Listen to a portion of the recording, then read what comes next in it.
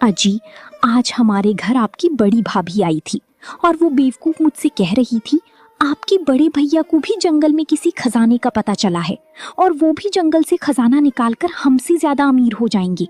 अरे बाप रे राधा, ये तुम क्या बोले जा रही हो? आखिर बड़े भैया को जंगल के खजाने के बारे में कैसे पता चला? कहीं वो हमारी जासूसी तो नहीं कर रहे हैं ना? अपने पति की बात सुनकर राधा अपनी मूर्खता पर बहुत ही पछताने लगी, क्योंकि उसने ही देवकी को खजाने के बारे में बताया था। अजी, मुझे माफ कर दीजिए, मैंने ही आपकी भाभी को जंगल के खजाने के बारे में बताया था। असल में बात यह है कि देवकी भाभी ने मुझे नीचा दिखाने की कोशिश की, इसलिए मैंने गुस्से में आकर कह दिया कि हमारे पास भी बहुत धन है जो हमने जंगल में छिपा कर रखा है और उसे निकालकर हम बहुत अमीर हो जाएंगे। बेवकूफी की भी हद होती है। मैंने तुमसे बड़ी बेवकूफ औरत आज तक नहीं देखी। आखिर क्या जरूरत पड़ी थी तुम्हें खजाने के बारे में बताने की? मुझे लगता है बड़े भैया को उस जगह का पता चल गया है जहां वो खजाना छिपाया हुआ है। मुझे कैसे भी करके आज रात में ही वो खजाना किसी दूसरी स्थान पर रखना होगा। माधव रात होते ही उस खजाने को निकालने के लिए घर से निकल पड़ता है।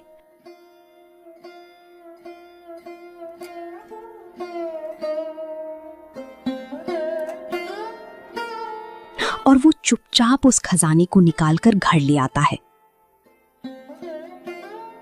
और उसे हिफाजत से घर के अंदर रख देता है। तब अपनी पत्नी से कहता है, अब किसी को मत बताना कि मैं खजाना निकालकर अपने घर ले आया हूँ। अजी, आप क्या मुझे पागल समझते हैं कि मैं अपने घर की बात दूसरों को बताती फिरूंगी? अरे भाग्यवान, इसमें गुस्सा होने की कौन सी बात है? अगली रात अंधेरा छाते ही देवराज तेजी से उस जंगल की ओर निकल पड़ा जहां उसे खजाना मिलने की उम्मीद थी। वहां पहुंचकर उसने उसी स्थान पर खुदाई शुरू कर दी। घंटों मेहनत करने के बाद भी उसे कुछ नहीं मिला।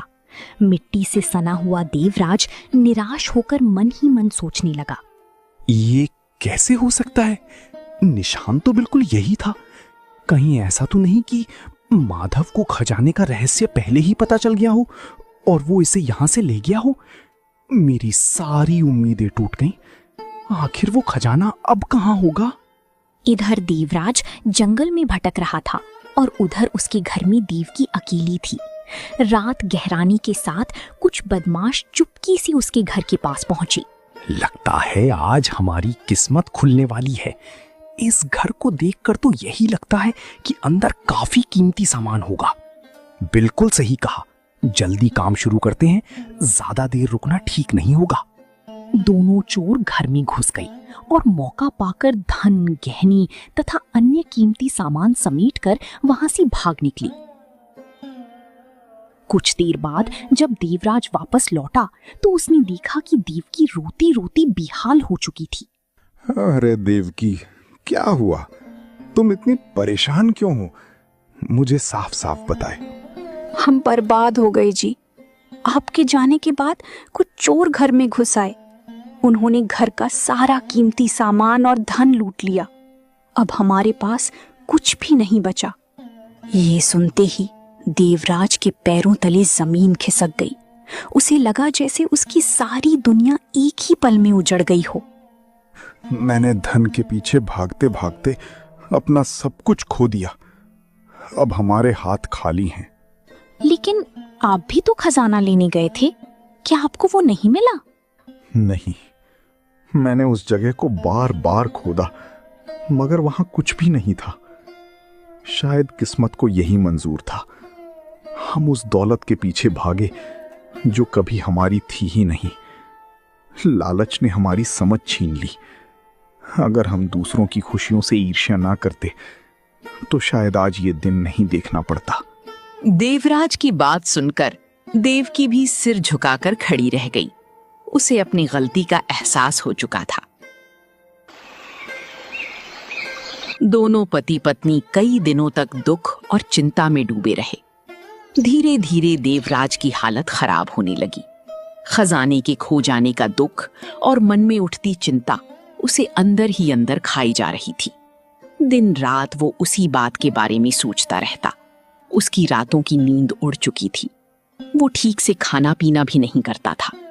पहले जो व्यक्ति पूरे गांव में अपने आत्मविश्वास और ताकत के लिए जाना जाता था, अब वो कमजोर और उदास दिखाई देने लगा।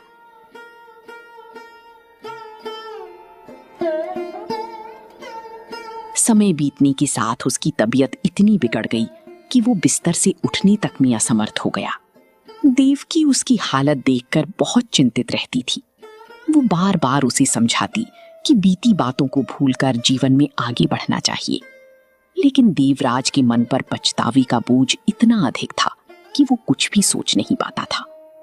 एक दिन गांव के कुछ लोगों ने माधव को देवराज की बिगड़ती हालत के बारे में बताया। ये सुनते ही माधव का दिल बेचैन हो उठा। उसने बिना देर किए अपने बड़े भाई से मिलने जाने का निर्णय लिया। जब माधव देवराज के घर पहुंचा तो उसने देखा कि उसका भाई बेहद कमजोर हो चुका था। उसका चेहरा पीला पड़ गया था और आंखों की चमक भी गायब हो चुकी थी। ये देखकर माधव की आंखें नम हो गईं। भैया, आपकी ये हालत कैसे हो गई? आपने मुझे पहले क्यों नहीं बताया? क्या मैं आपका अपना नहीं हूं? अपने छोटे भाई की चिंता और स्नेह देखकर देवराज की आंखों से आंसू बहने लगे।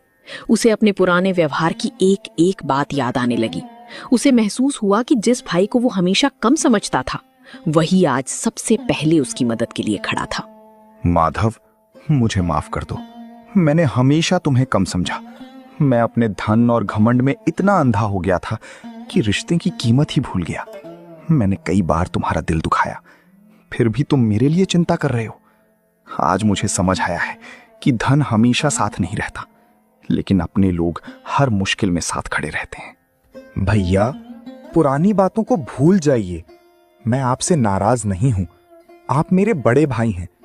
आपके दुख में साथ देना मेरा कर्तव्य है। परिवार का रिश्ता किसी भी धन दौलत से बड़ा होता है। आप चिंता मत कीजिए, सब ठीक हो जाएगा। मैं अभी गांव के प्रसिद्ध वैद्य जी को लेकर आता हूं। वे आपका इलाज करेंगे। ये कहकर माधव तुरंत गांव के प्रसिद्ध वैद्य जी को बुलाने चला गया। कुछ ही समय बाद वो उन्हें अपने साथ लेकर लौट आया। वैद्य जी ने ध्यान से देवराज की जांच की। उन्होंने उसकी नब्ज देखी, कुछ सवाल पूछे और फिर मुस्कुराते हुए बोले, चिंता की कोई बात नहीं है। इन्हें कोई बड़ी बीमारी नहीं है। अत्यधिक तनाव, चिंता और पछतावे ने इनके शरीर को कमजोर कर दिया है। यदि ये मन को शांत रखें, पौष्टिक भोजन करें और मेरी दवाएं नियमित रूप से लें तो शीघ्र ही स्वस्थ हो जाएंगे। वैद्य जी ने कुछ जड़ी बूटियों से बनी दवाएं दी और आराम करने की सलाह देकर चले गए।